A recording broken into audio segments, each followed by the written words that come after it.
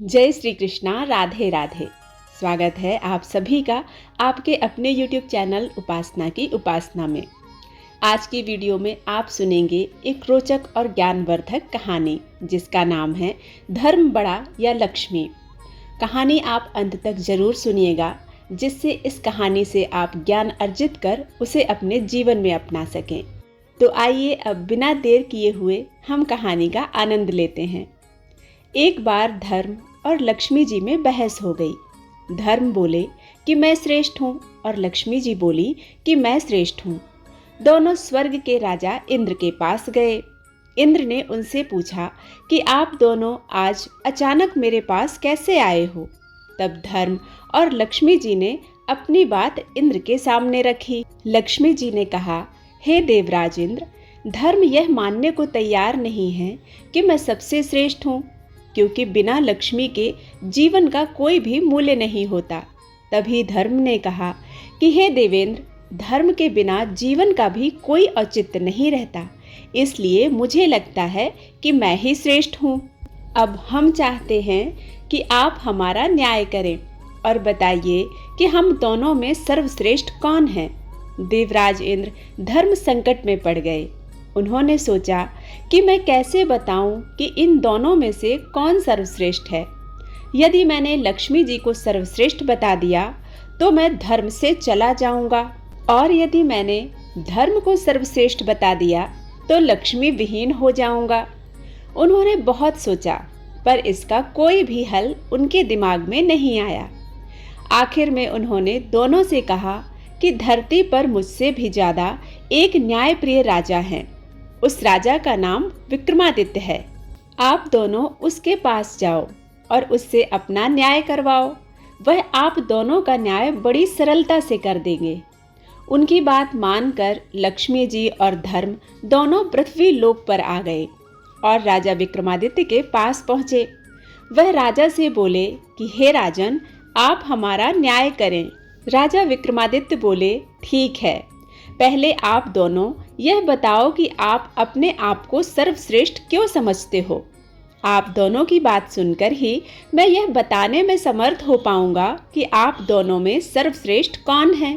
लक्ष्मी जी और धर्म ने बारी बारी से अपनी बात राजा विक्रमादित्य के सामने रखी। लक्ष्मी जी बोली, हे राजन, यदि मनुष्य के पास मैं न रहूं तो उसका जीवन अर्थहीन हो जाएगा, इसलिए मैं खुद को बड़ी बता रही हूँ।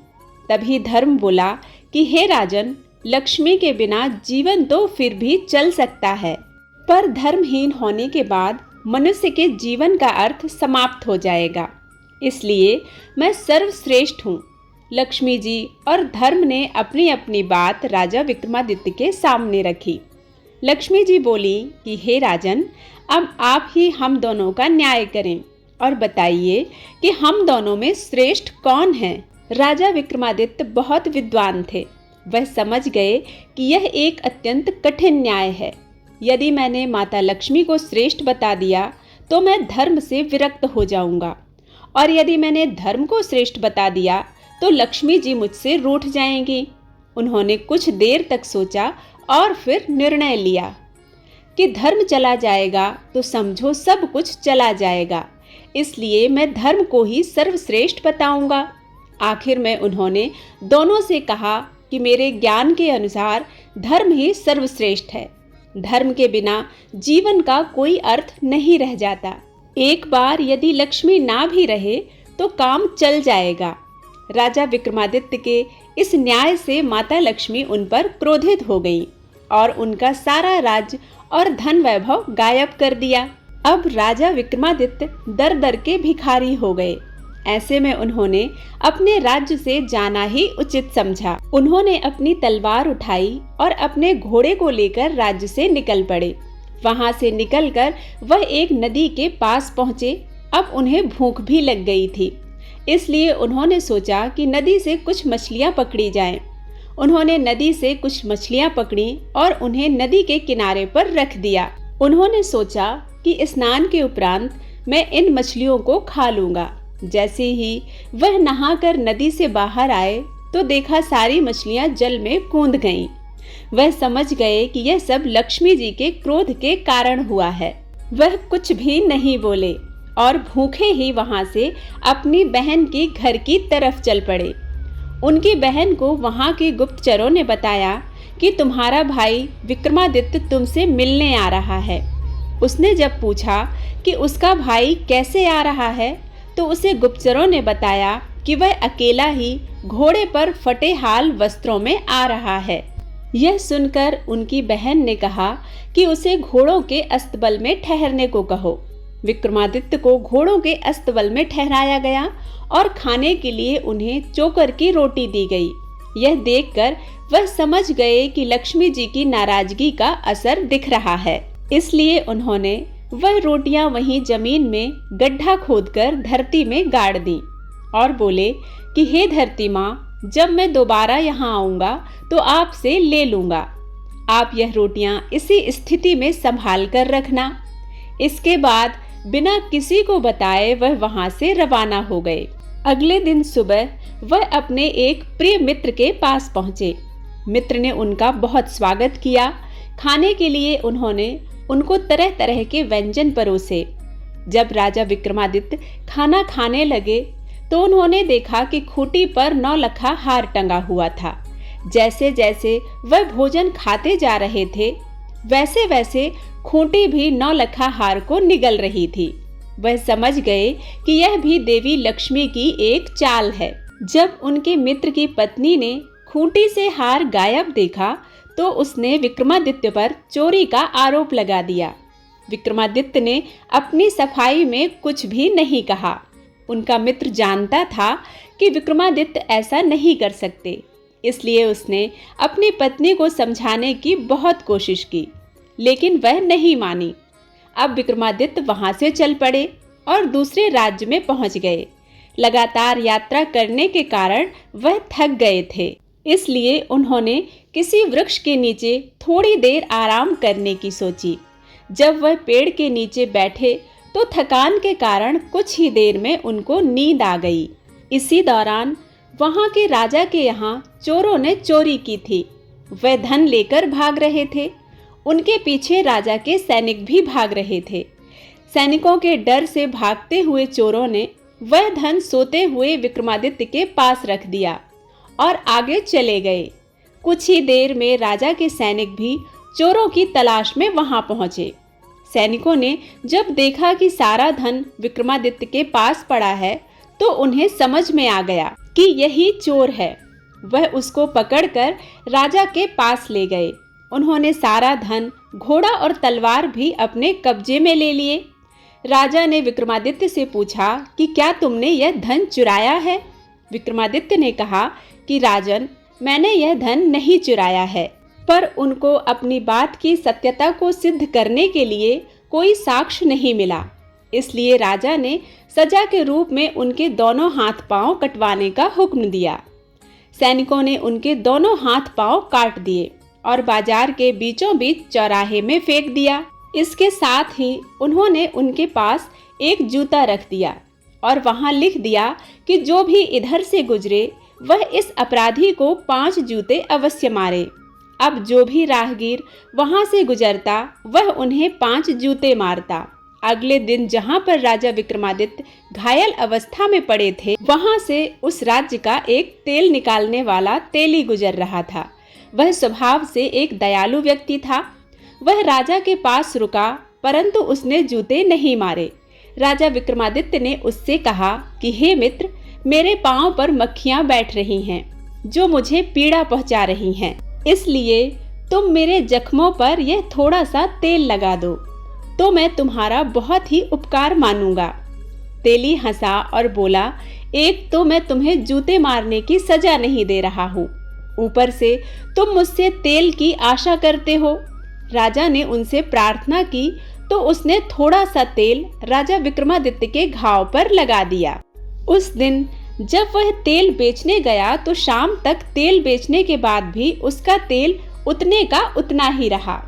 उसे बड़ा आश्चर्य हुआ कि आज ऐसा क्या हुआ कि इतना तेल बेचने के बाद भी मेरे घड़े में तेल कम क्यों नहीं हो रहा है। उसकी समझ में आ गया कि यह सब उस घायल व्यक्ति के कारण हो रहा है। अवश्य ही वह कोई देवात्मा है। शाम को जब तेल बेचने वाला तेली अपने घर पहुंचा तो वह बहुत खुश था। उसकी पत्नी ने प्रसन्नता का कारण पूछा तो उसने अपनी पत्नी को सारी बात विस्तार पूर्वक बता दी। वह व्यक्ति बोला कि वह कोई दिव्य आत्मा है। उसकी पत्नी ने कहा कि आप किसी प्रकार उस व्यक्ति को अपने घर ले आइए। वैसे भी हमारे कोई संतान नहीं है, इसी बहाने हमें संतान सुख भी प्राप्त हो जाएगा।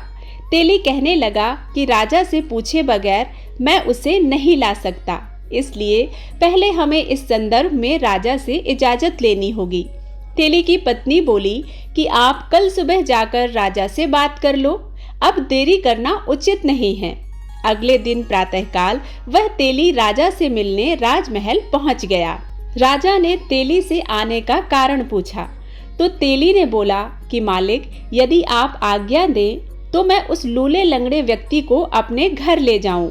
हमारे कोई संतान नहीं है, इसलिए हमारी इच्छा है कि हम उसको अपने साथ रखकर संतान सुख प्राप्त करें। राजा कुछ देर सोचता रहा, फिर बोला कि वैसे भी वह व्यक्ति हमारे लिए किसी काम का नहीं है, इसलिए तुम उसको अपने घर ले जा सकते हो। राजा की आज्ञा मिलते ही वह तेली विक्रमादित्य को अपने घर ले आया। विक्रमादित्य के उसके घर में पहुंचने के बाद उसके हर कार्य अच्छे ढंग से होने लगे। वह विक्रमादित्य की जितनी सेवा करते, उनकी समृद्धि उतनी ही बढ़ती जाती। इधर राजा की राजकुमारी बहुत ही विदुषी थी। वह लगभग हर कला में पारंगत थी। शाम को दीपक राग गाकर महल और शहर के दियों को प्रज्वलित किया करती थी, और फिर जब वह रात को दिए बुझा देती तो विक्रमादित्य फिर से दीपक राग गाकर दिए प्रज्वलित कर देते। जब 2-3 दिन ऐसा हुआ तो राजकुमारी को विश्वास हो गया कि राज्य में कहीं न कहीं विक्रमादित्य रहते हैं, क्योंकि दीपक राग गाने वाले गिनती के ही लोग हैं, जिनमें विक्रमादित्य सर्वश्रेष्ठ थे। उन्हीं दिनों राजा ने राजकुमारी का स्वयंवर रचा था। दूर दूर से राजाओं और राजकुमारों को आमंत्रित किया गया। जिस दिन स्वयंवर था उससे पिछले दिन विक्रमादित्य ने तेली से कहा कि हे पिताश्री, मैं भी स्वयंवर देखना चाहता हूँ, इसलिए आपसे प्रार्थना है कि मुझे कल वहाँ लेकर चलो। तेली ने समझाया कि तुम चल फिर नहीं सकते, तुम्हें कहीं कोई चोट ना लग जाए। लेकिन जब विक्रमादित्य अपनी बात पर अड़ गए तो वह तेली उन्हें स्वयंवर में ले जाने के लिए राजी हो गया। वह बोला कि कल प्रातःकाल मैं तुम्हें स्वयंवर दिखाने ले चलूंगा। थोड़ी देर बाद राजा के यहाँ से तेली को संदेशा आया कि राजा को 100 घड़े तेल चाहिए, और यह 100 घड़े तेल कल सुबह तक चाहिए। तेली ने कहा कि भाई, यह कैसे संभव हो सकता है, यह तो बहुत ज्यादा है। संदेश लाने वाला बोला कि मैं कुछ भी नहीं जानता, राजा के आदेश से आपको यह कार्य करना होगा, वरना आप सजा के लिए तैयार हो जाओ। तेली बहुत ज्यादा तनाव में आ गया। यह तो असंभव कार्य था। वह बहुत दुखी था। तभी विक्रमादित्य ने पूछा कि पिताश्री, आप इतना चिंतित क्यों हैं? तेली ने अपनी चिंता का कारण बताया तो विक्रमादित्य ने कहा कि आप उनसे 100 घट मंगवा लें और चिंता ना करें। मुझ पर विश्वास करें, कल हम उन्हें 100 घट तेल अवश्य दे देंगे। तेली को विक्रमादित्य की शक्तियों का भान था। उसने राजा को कहकर 100 घट मंगवा लिए। रात में विक्रमादित्य तेली से बोले, अब आप दोनों आराम से सो जाएं, मैं रात में 100 घट तेल निकाल दूंगा। तेली की पत्नी बोली कि बेटा, तेरे हाथ और पाँव नहीं हैं, बता तू कैसे बैलों को चला पाएगा? विक्रमादित्य ने कहा, माँ तू निश्चिंत होकर सो जा, मैं सब कार्य कर लूंगा। रात में विक्रमादित्य ने 100 घट तेल निकाल दिए। सुबह जब राजा के व्यक्तियों ने देखा तो आश्चर्य से भर गए। तेली और उसकी पत्नी को अब पूर्ण विश्वास हो गया कि यह लड़का जरूर कोई देवता है, इसलिए अब कोई चिंता करनी नहीं चाहिए। अगले दिन तेली ने विक्रमादित्य को नहला धुलाकर नए वस्त्र पहना दिए और फिर उनको ले जाकर स्वयंवर में दूर बैठा दिया। कुछ समय उपरांत जब सब राजा और राजकुमार आ गए तो राजकुमारी को वर के चुनाव के लिए भेजा गया। राजकुमारी ने उन लोगों में विक्रमादित्य को तलाशना शुरू किया। उसे राजाओं में तो कोई भी ऐसा न दिखाई पड़ा जो विक्रमादित्य लगे। तभी उसकी निगाह दूर बैठे अपंग व्यक्ति पर गई। उनमें उसे बहुत तेज दिखाई पड़ा। उनका तेज देखकर वह समझ गई कि वही राजा विक्रमादित्य हैं। बस फिर क्या था, वह माला लेकर उनकी ओर चल पड़ी और पास पहुंचकर माला उनके गले में डाल दी। वहां उपस्थित राजा, राजकुमार और लोग आश्चर्यचकित हो गए कि आखिर राजकुमारी ने ऐसा क्यों किया। राजकुमारी के परिवार के लोगों ने कहा कि लगता है कि राजकुमारी की तबीयत सही नहीं है, इसलिए उससे यह गलती हो गई है। सबने राजकुमारी को पंखा किया, जल पिलाया और फिर से वर के गले में डालने के लिए माला दी। राजकुमारी ने माला फिर से विक्रमादित्य के गले में डाल दी। वहां उपस्थित जनसमूह को लगा कि राजकुमारी का स्वास्थ्य सही नहीं है, इसलिए वह इस प्रकार का व्यवहार कर रही हैं। इतनी सुंदर राजकुमारी आखिर क्यों एक अपाहिज के गले में माला डाल रही हैं? लोगों के सुझाव से राजकुमारी को दोबारा माला दी गई ताकि वह सही वर का चुनाव कर सके। पर इस बार भी राजकुमारी ने विक्रमादित्य के गले में ही माला डाली। राजकुमारी के इस व्यवहार से वहां आए राजा और राजकुमार क्रोधित होकर राजकुमारी के पिता से बोले कि यदि आपकी पुत्री को एक अपाहिज से ही विवाह करना था तो हम सबको आपने निमंत्रण ही क्यों भेजा। राजा भी बहुत शर्मिंदा थे, पर क्या करते, सामाजिक रीतियों का पालन करना भी जरूरी था। इसलिए उन्होंने राजकुमारी का विवाह उस अपाहिज के साथ करवा दिया और राजमहल से विदा कर दिया। राजकुमारी राजा विक्रमादित्य के साथ उस तेली के यहाँ जाकर रहने लगी। तेली और उसकी पत्नी इस बात से चिंतित थे कि राजकुमारी आखिर उनके साथ कैसे रह पाएंगी, पर राजकुमारी ने उनकी चिंता को निरर्थक साबित कर दिया। वह उनके साथ सहजता से रहने लगी। एक दिन विक्रमादित्य ने राजकुमारी से कहा कि आज उनका हिरण का मांस खाने का मन है, इसलिए वह जाकर अपने भाइयों से ताजा शिकार किए किसी हिरण का मांस लेकर आए। राजकुमारी का मन नहीं था कि वह अपने भाइयों से कुछ भी मांगे, लेकिन वह अपने पति की इच्छा का सम्मान भी करना चाहती थी। इसलिए मन मारकर वह अपने भाइयों के पास गई।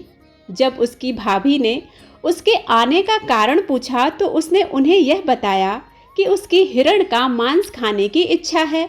वहां उसने विक्रमादित्य की इच्छा को अपनी इच्छा बताया।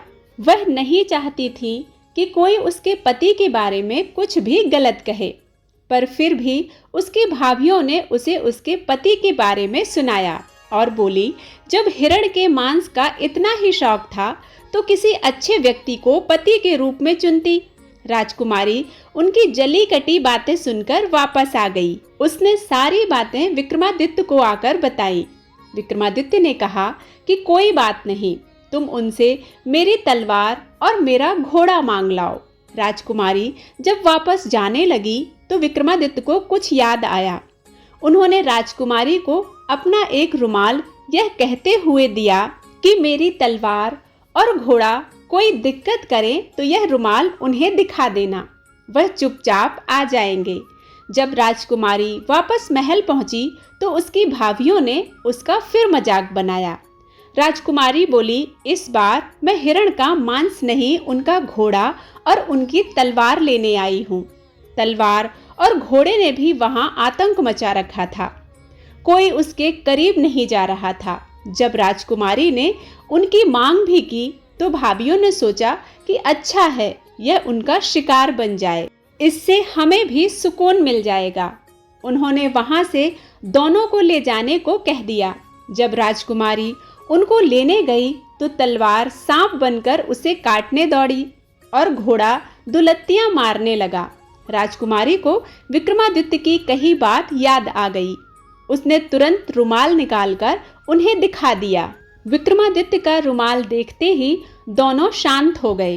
राजकुमारी ने तलवार उठाई और घोड़े की लगाम पकड़कर वापस विक्रमादित्य के पास आ गई। जब शाम होने को हुई तो विक्रमादित्य ने राजकुमारी से कहा कि अब वे उसे घोड़े की पीठ पर बैठा दें। आज वह जंगल में शिकार खेलने जाएगा। राजकुमारी ने कहा कि आप घोड़े की सवारी कैसे कर पाएंगे। राजकुमारी ने तेली की मदद से विक्रमादित्य को घोड़े पर बैठा दिया, पर बिना किसी पकड़ के वह घोड़े पर से गिरने लगे। राजकुमारी यह सब देखकर बहुत दुखी हुई। उसकी आंखों में पानी भर आया। उसने आंखों के आंसुओं को छुपाने के लिए मुंह दूसरी ओर घुमा लिया। तभी उन्हें लगा कि जैसे घोड़े की लगाम को कोई उनके हाथों से खींच रहा है। उसने जल्दी से घूमकर विक्रमादित्य की ओर देखा तो वह स्तब्ध हो गई। उसने देखा राजा विक्रमादित्य घोड़े पर सवार थे। वह बहुत खुश हुई। उसकी आंखों में यह जानने की जिज्ञासा भर आई कि आखिर यह सब कैसे हुआ। विक्रमादित्य ने उसे आश्वासन दिया कि शिकार से लौटने के उपरांत वह सारी बातें उसे बता देंगे। विक्रमादित्य ने जंगल में पहुंचकर जो भी शिकार किया उसके कान और पूंछ काट लिए और शिकार को वहीं छोड़ दिया। उसी समय राजकुमारी के भाई भी शिकार पर गए हुए थे। उन्होंने जंगल में ताजा शिकार देखा तो उनके मन में लालच आ गया। उन्हें बिना मेहनत किए ताजा शिकार मिल रहा था। उन्हें लगा कि यह ताजा शिकार तो उनके लिए पुरस्कार के समान है। उन्होंने वह सारा शिकार उठा लिया। उन्होंने इसके लिए शिकारी को धन्यवाद दिया और अपने महल की तरफ वापस चल पड़े। वह अभी और कुछ दूर चले ही होंगे कि उन्हें तेज प्यास लग गई। उन्होंने अपने घोड़ों को पास के जलाशय की ओर मोड़ लिया। वहां पर जैसे ही उन्होंने जल पीने का प्रयास किया, एक आवाज ने उन्हें जल पीने से रोक दिया। उन्होंने आवाज की दिशा की ओर देखा तो पाया कि वहां एक योगी खड़ा था। एक राजकुमार ने योगी को जल पीने से मना करने का कारण पूछा तो योगी बोले कि हे राजकुमारों, यहाँ का जल बिना मेरी अनुमति के कोई भी दूसरा जीव नहीं पी सकता। राजकुमारों का प्यास के कारण बुरा हाल था, इसलिए वह योगी से जल के लिए विनती करने लगे। योगी ने कहा कि यदि तुम जल पीना चाहते हो तो उसके लिए तुम्हें अपने कूल्हों पर गर्म सिक्के से गुदवाना पड़ेगा। जल के बिना उनकी ग्रीवा शुष्क हो चुकी थी, इसलिए शर्त मानने के अतिरिक्त उनके पास कोई और दूसरा चारा नहीं था। इसलिए शर्त के अनुसार उन्होंने अपने कूल्हों पर सिक्के से गुदवाया और फिर जल पीकर रवाना हो गए। इधर विक्रमादित्य, जो कि योगी बने हुए थे, अपने निवास स्थान पर लौट आए।